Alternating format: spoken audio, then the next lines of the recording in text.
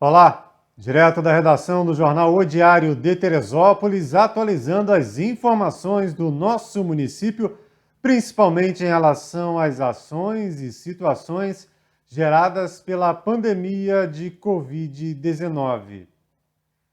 E nossa equipe de reportagem percorreu as ruas para analisar a situação do comércio. Quase 2 semanas após a liberação dos estabelecimentos comerciais, muitos deles continuam de portas fechadas e alguns já com a indicação de que a loja está livre para aluguel, ou seja, tudo indica que essa empresa, esse CNPJ, ou deixou de existir ou foi para um ambiente menor, por exemplo, como medida de economia. Passando pelas principais ruas e avenidas da cidade, impressiona que não há uma via sequer que não tenha pelo menos uma porta de aço fechada. Todos os locais que se passa, uma porta fechada, uma placa de aluga-se, ou seja, reflexo dessa crise econômica e que mostra que o quanto é fraca a economia de Teresópolis, né? A gente sabe que isso é uma situação que se arrasta no Brasil, no mundo, mas aqui rapidamente boa parte das empresas não teve condições de retornar. Temos alguns números, só para se ter uma ideia, alguns números do Ministério do Trabalho, os números até vagos em relação ao que vinha sendo divulgado antes. Até ano passado, o CAGED, que é o Cadastro Geral de Empregados e Desempregados do Brasil, do nosso país, divulgava lá o número de vagas de acordo com o setor. Muitos detalhes aí e números municipais. Agora é um número muito amplo, genérico. Então, o número de Teresópolis de 2020, a gente conseguiu, foram esses números aí no Ministério do Trabalho. Esse ano, o município começou 2020 com 32.523 vagas formais. Não há um número total aí com essa redução com as demissões. Esses números, de acordo com o mês, são o seguinte: somando todas as vagas que foram abertas ou fechadas em janeiro, por exemplo, janeiro contratou 1.000 pessoas e demitiu 1.200, então menos 800 vagas, um exemplo. Então, ali em janeiro, houve mais contratações do que demissões em janeiro. Então, em janeiro, 43 vagas a mais em Teresópolis. Em fevereiro, ainda não tinha nada de pandemia, a gente estava olhando lá acontecer na Europa, achando que tinha carnaval previsto, que não ia acontecer nada aqui. Em fevereiro, 192 vagas a mais, muito mais gente sendo contratada do que mais gente sendo demitida, né? Em março, quando entraram as medidas restritivas, essa situação mudou. Em março, já no primeiro mês, o comércio fechou no dia 21 de março. Foi quando lá o prefeito Vinícius Clausen publicou o primeiro decreto mandando fechar as lojas da cidade, 21 de março.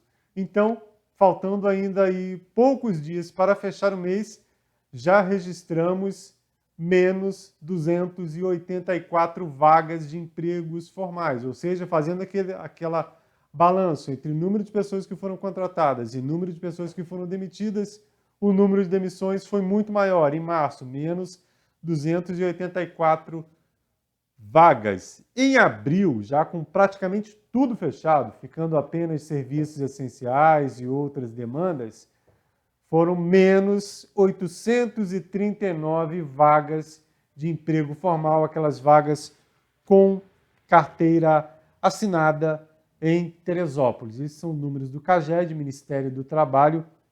Repetindo, faltam dados mais aí detalhados, segundo setores, por exemplo, serviço, comércio, indústria, serviço público. Anteriormente, o CAGED, o Ministério do Trabalho, divulgava detalhadamente, agora de forma extremamente vaga, em uma planilha que tem 50 páginas, você tem que encontrar Teresópolis lá no meio, mas encontramos. Esses são os dados, ou seja, indicando abril. Agora, em breve, dia 29, sai o número do Ministério do Trabalho em relação ao mês de maio, então traremos uma nova atualização. Na edição do fim de semana do Jornal Diário, teremos mais informações sobre essa situação, o fechamento das lojas e esses números de vagas aí fechadas, abertas, segundo o Ministério do Trabalho. Nesta sexta-feira, a Prefeitura começou a implementar centros de testagem para a Covid-19. Segundo a assessoria de comunicação da PMT, serão 400 centros de testagem, aqueles testes rápidos para a Covid-19. Um deles fica nesse prédio da Prefeitura, na rua Doutor Aleixo, número 85, na Várzea, um dos locais onde ficará um centro de triagem móvel da Prefeitura e as pessoas poderão fazer esse teste rápido da Covid-19. Mas não basta ir lá diretamente lá na rua Doutor Aleixo, é preciso fazer uma autoavaliação no aplicativo Minha Saúde, que pode ser encontrado lá no App Store. Você baixa o aplicativo, faz lá uma autoavaliação. Se você tiver sintomas da Covid-19, aí você tem um agendamento para esses centros de atendimento. Além desse local, na rua Doutor Aleixo, na Várzea, a Prefeitura indica que haverá atendimento no 2º distrito, na Unidade Básica de Saúde de Água Quente, e no 3º distrito, na Capela Santa Rosa de Lima, no bairro de Santa Rosa, e também no Ginásio Pedrão. Na nossa edição do fim de semana, mais detalhes sobre esse tipo de atendimento. Nesta sexta-feira, a repórter Paola Oliveira conversou com a presidente do Sindicato dos Servidores Públicos de Teresópolis, Kátia Borges, sobre diversas demandas da categoria. Acuada nesse momento, preocupada com a diminuição da arrecadação da Prefeitura e, consequentemente, as chances de salários atrasarem novamente, e também em relação a uma situação que vem sendo denunciada com frequência lá ao Sindipmt e que foi levada, inclusive, à Câmara de Vereadores, que é em relação ao POT, esse programa Operação Trabalho, que seria uma função emergencial feita através da Secretaria de Desenvolvimento, principalmente. Pessoas deveriam passar de forma temporária pelo POT, porém, segundo essas denúncias, não é o que vem acontecendo em Teresópolis. Pessoas que não precisariam estar nesse programa, repito, o programa da Secretaria de Desenvolvimento Social como base, também atende a educação, mas como base é o desenvolvimento, e segundo apurou o Sindipmt, já são mais de 1.000 pessoas nesse tipo de função aqui no município. Olá, essa semana a sessão da Câmara dos Vereadores aqui de Teresópolis recebeu a presença da presidente do Sindicato dos Servidores Municipais aqui da nossa cidade, a Kátia Borges. Durante a sessão, a informação aí do número de contratados sem concurso na Prefeitura não agradou alguns vereadores que vêm aí ao longo do tempo apoiando o prefeito. O assunto aí que ganhou muito destaque foi o assunto a respeito do POT. Quem não conhece o POT, é um programa de Operação Trabalho que foi aí criado no governo Jorge Mário e completa aí nesse ano de 2020, já está completando 10 anos aí do programa. Kátia, o sindicato, ele acompanha as contratações do POT?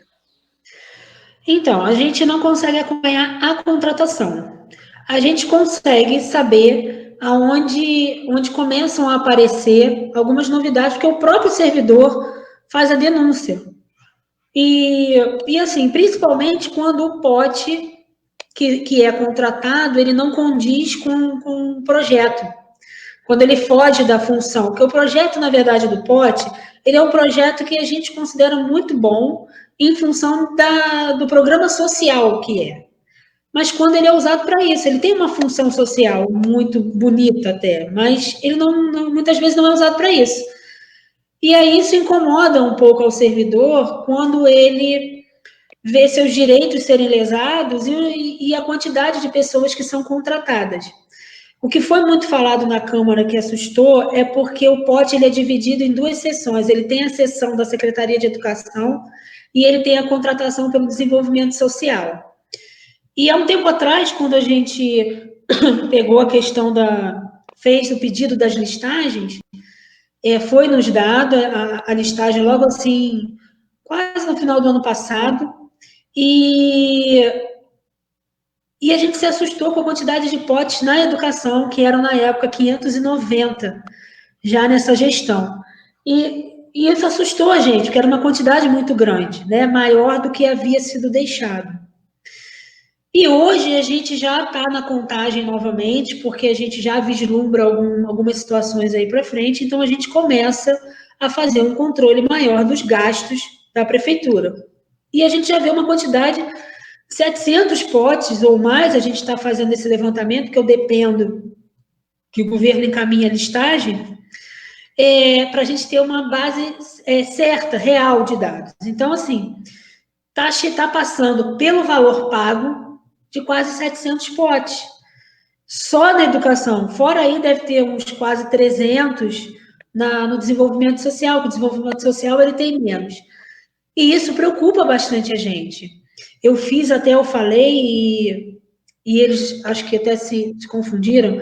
A gente, logo que pegou essa primeira listagem, a gente detectou no desenvolvimento social um pote que nem no Brasil estava, ele estava em Portugal, e é advogado. Então, assim, é um profissional formado que não precisa estar ganhando um salário mínimo. Nós fizemos a denúncia e agora a gente vai estar fazendo novamente esse levantamento, né, da quantidade certa que tem. Eu fiquei de mandar para a Câmara, inclusive, porque o pote ele tem função social e ele tem que ser feito para isso. E foi nos garantido pelo governo que seria feito uma avaliação severa do pote. E a gente não tem visto isso acontecer. Essa entrevista na íntegra, com outros tópicos relacionados aos servidores públicos municipais, a demandas da categoria e denúncias que preocupam não só aos servidores, mas que podem causar aí problemas no funcionamento da máquina pública, você confere na íntegra em nossa programação e também nas redes sociais da Diário TV. E falando em servidores públicos, a Guarda Civil Municipal esta semana realizou a pintura, a revitalização na sinalização do trânsito em vários locais. Trabalho realizado principalmente no período noturno, né, as faixas de pare, aqui nessa via que a Rui Barbosa, né, que teve o sentido invertido. Ali muita gente acaba passando direto, correndo o risco de sofrer acidente. Em frente ao terminal rodoviário, a faixa aí também recebeu uma nova pintura, né? Lembrando que faixa de pedestre, nesse caso, não tem sinal. Então você deve parar para o pedestre não ser atropelado, né? O pedestre atravessar com segurança. Pontos de ônibus, locais onde tem aquela parada rápida de 15 minutos com pisca-alerta. Ou seja, tem vários novos pontos para você estacionar e não precisa ficar com o carro parado no meio da avenida, pisca-alerta ligado para resolver os seus problemas. Hoje eu vi isso várias vezes, inclusive na Delfim Moreira, carro parado no meio da rua, um Fox preto, ficou vários minutos ali na Delfim Moreira, a moça mexendo no celular e o carro com pisca-alerta ligado no meio da rua. Não precisa, a guarda tem sinalização, tem vagas rápidas agora, então vamos respeitar as regras de trânsito. A gente deixa aqui mais um abraço ao pessoal da GCM, que tem trabalhado bastante, não só nas ações do trânsito, mas também em apoio às situações geradas pela pandemia do novo coronavírus.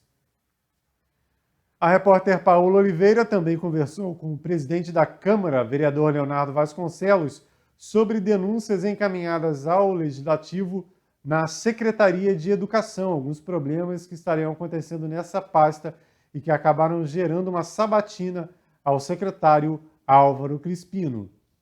Olá, hoje nós estamos com a participação do presidente da Câmara dos Vereadores, o Leonardo Vasconcelos, que vai estar aqui falando sobre a participação do secretário de Educação na última sessão do Legislativo. Foi convidado pelo Legislativo para estar explicando aí a respeito dos contratos de merenda, aluguéis e também dispensa de licitações e outros assuntos. Leonardo, o que você achou das explicações do secretário Álvaro Crispino? Bem, em primeiro lugar, agradeço mais uma vez o convite da TV Diário para a participação dessa entrevista. E ontem nós conseguimos extrair grandes informações do secretário de Educação, e o ponto alto dessa sabatina que nós tivemos aqui conseguirmos a informação de que a prefeitura irá recontratar essas merendeiras com logo retorne às aulas e que ela já bloqueou o pagamento da empresa Bem Nutritiva até que ela quite os haveres trabalhistas que tem com essas senhoras, que são quase 200, que estão até hoje sem sacar os seus direitos que são pactuados de acordo com o contrato de trabalho. Leonardo, a dispensa de licitação aí, a prefeitura vai pagar cerca de R$120 mil, alugando aí um galpão para estacionar 31 veículos. Você acha que foi correta essa contratação ou a prefeitura teria aí outros locais para o estacionamento?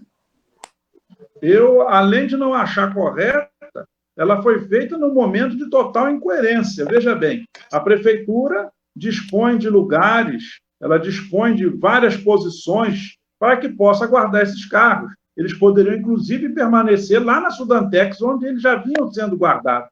Já que o município tem relação com a Sudantex, permaneceria lá. Ou então, se não quisesse continuar lá, poderia colocar no pátio do Pedrão, porque são somente 31 veículos. Ou então, poderiam colocar ainda em escolas que estão fechadas nesse momento de pandemia. Agora, ter um gasto desse, na ordem desse valor, no momento em que o município perde a arrecadação, onde o Fundeb, que é a principal verba federal, que vem para a educação, só nesse mês já caiu mais de 27%, é uma insensibilidade sem tamanho. Não é a hora de fazer essa contratação. Outro aluguel que foi questionado aí foi a respeito do local para guardar os materiais que não são mais utilizados aí nessa parte da educação. Teria outra solução aí? O que pode trazer aí de benefício, trazendo economia aí para a prefeitura? Em primeiro lugar, a prefeitura tem a escola de providência que não funciona por embargo. Ela nunca funcionou porque ela foi embargada desde a sua construção. Lá caberia esses inservíveis. Mas, mais do que isso, a prefeitura teria de ter feito um programa de revitalização desses móveis e de recuperação, como sempre foi feito, o município sempre teve isso. Agora, quando você vê que o município tem que alugar um galpão para guardar sucata, é porque o trabalho preventivo não existe. Nós tínhamos sempre oficinas de recuperação de mesas e carteiras, de maneira que nós pudéssemos reaproveitar esse material para o uso, e aí aquele minimamente que se foi juntado e que não teria condição, esse sim iria a leilão. Agora, o leilão do inservível é para quê? É para que o município reaveja valores daquele material que não presta mais para o poder público, mas que serve para os ferros velhos e tal. Esse dinheiro volta para o cofre público para que ele seja reinvestido na compra de novos equipamentos. Sendo que hoje o município tem um problema muito maior, porque o que vai reaver nesses leilões não compra equipamento, nem muito menos paga o aluguel. E aí eles, pelo pretexto de falarem que precisam guardar sucata, por que eles não guardaram ao longo do caminho? Por que eles não têm um programa de recuperação desses móveis? E se o município fosse mais equilibrado ainda, ele poderia utilizar a licitação ambiental, que é a licitação da sustentabilidade. Como funciona isso? O município colocaria um edital para comprar, por exemplo, 100 carteiras e falaria que para quem vendesse essas 100 carteiras, teria a obrigação de comprar aquelas sucatas existentes. E aí, dessa forma, nós não precisaríamos do depósito, nós nos livraríamos do leilão. A lei de licitação permite isso, isso é uma grande inovação. Se eu tenho que comprar 1.000 carteiras, eu coloco no edital, estou aqui à disposição para comprar 1.000. Desde que quem vai me vender as 1.000, compre a sucata pertencente das 1.000 que eu estou retirando, ou me dê um desconto, seja feita uma avaliação do valor daquela sucata e que seja dado esse valor em desconto na aquisição do novo equipamento. A Câmara pretende investigar ou denunciar aí, enviar denúncias ao Ministério Público? Iremos denunciar, com certeza, e para isso solicitamos todos os contratos, né, de locação desses imóveis, para que a gente possa entender a avaliação, como se deu, quem foi o avaliador, se essa avaliação foi isenta, o porquê de doadores de campanha, da campanha vitoriosa do prefeito, hoje são aquelas pessoas quem alugam imóveis para a prefeitura, né? Se nesse momento eles estão tendo benefício por um dia terem sido amigos e doadores especiais do prefeito, isso tudo a gente está averiguando. E agora sobre a questão da educação ainda, falando aí sobre as cestas básicas oferecidas aí pela prefeitura. A prefeitura comprou cestas básicas no valor de R$ 65, sendo que no supermercado custa bem menos. Existe alguma investigação a respeito disso?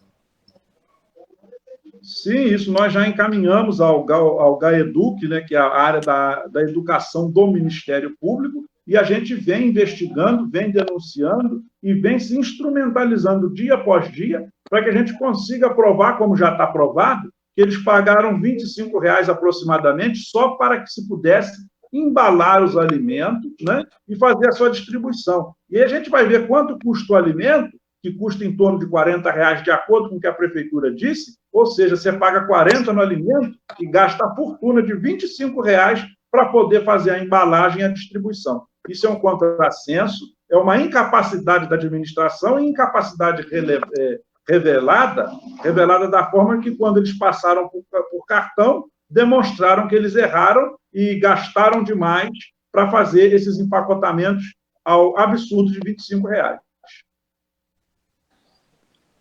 Leonardo, muito obrigado pela sua participação aqui na Diário TV. Nós que agradecemos e nos colocamos sempre à disposição. Através do Plano Safra, o Ministério da Agricultura anunciou mais recursos para os pequenos agricultores a trabalharem, principalmente nesse período de pandemia. Dos 236 bilhões de reais do Plano Safra 2020-2021, 33 bilhões serão destinados para atender a agricultura familiar, 6% a mais que no plano passado. O Plano Safra tem uma importância muito forte para a manutenção, né, dessa agricultura pujante, forte, e que ele venha cada vez mais com forma mais acessível, né, para o pequeno produtor. Os financiamentos para os agricultores familiares já podem ser contratados a partir do dia 1º de julho, com uma redução nas taxas de juros de 3% para 2,75%. Além de facilitar o crédito com a redução de juros e o aumento dos valores, o Plano Safra para a Agricultura Familiar está reforçando o Pronaf Habitação para garantir a continuidade da produção e a permanência do homem no campo. Com o programa que foi criado no ano passado, 8 mil famílias conseguiram construir ou reformar as suas casas. Agora, o benefício será estendido também aos filhos dos pequenos produtores. Até esse ano, só quem podia captar esse recurso era o pai, que tinha a DAP, a propriedade no seu nome, e a partir deste Plano Safra, nós acessamos também a possibilidade desses jovens filhos de agricultores construírem as suas casas e ficarem no campo. Para a ministra, o Plano Safra veio para ajudar o setor que vai continuar contribuindo para o fortalecimento da economia brasileira. A gente espera que o Brasil possa, daqui a alguns meses, pós-pandemia, né, a agricultura junta, nós vamos poder ser o motor dessa economia para reativar essa economia. Desde o início da pandemia, temos acompanhado, além das notícias de Teresópolis, as informações de municípios da região, entre eles Guapimirim, que tem fortes relações com o nosso município.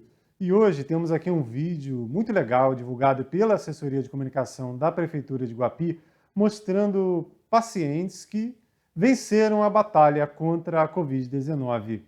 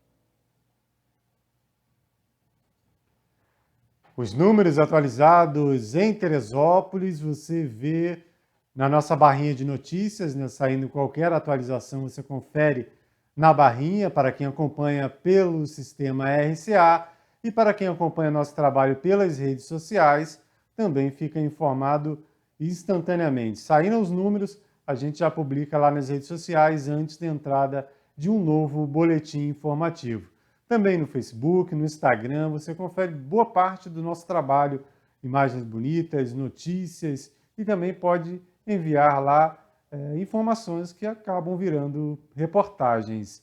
No YouTube, você também pode assinar o canal da Diário TV e acompanhar toda a nossa programação em qualquer parte do mundo. Essas e outras notícias você confere também em nosso site, netdiario.com.br. Lá você se cadastra, recebe a versão digital do Jornal Diário e, falando no jornal, no fim de semana, nas bancas, a nossa versão impressa, né, que agora voltando aos pouquinhos, né, com essa retomada da economia, movimentação na rua. Então, no fim de semana, você já confere a versão impressa do Jornal Diário de Teresópolis, com a coluna do Vanderlei, coluna do Luiz Costa, coluna da Pascom, que é a coluna da Igreja Católica, aqui no Jornal Diário de Teresópolis, e Mochileiro, com uma dica de pedal muito legal. Você que quer conhecer as belezas da nossa região em 2 rodas, na edição do fim de semana, uma dica bastante interessante na coluna Mochileiro, e entre outras informações. Até mais, em breve a gente se encontra novamente.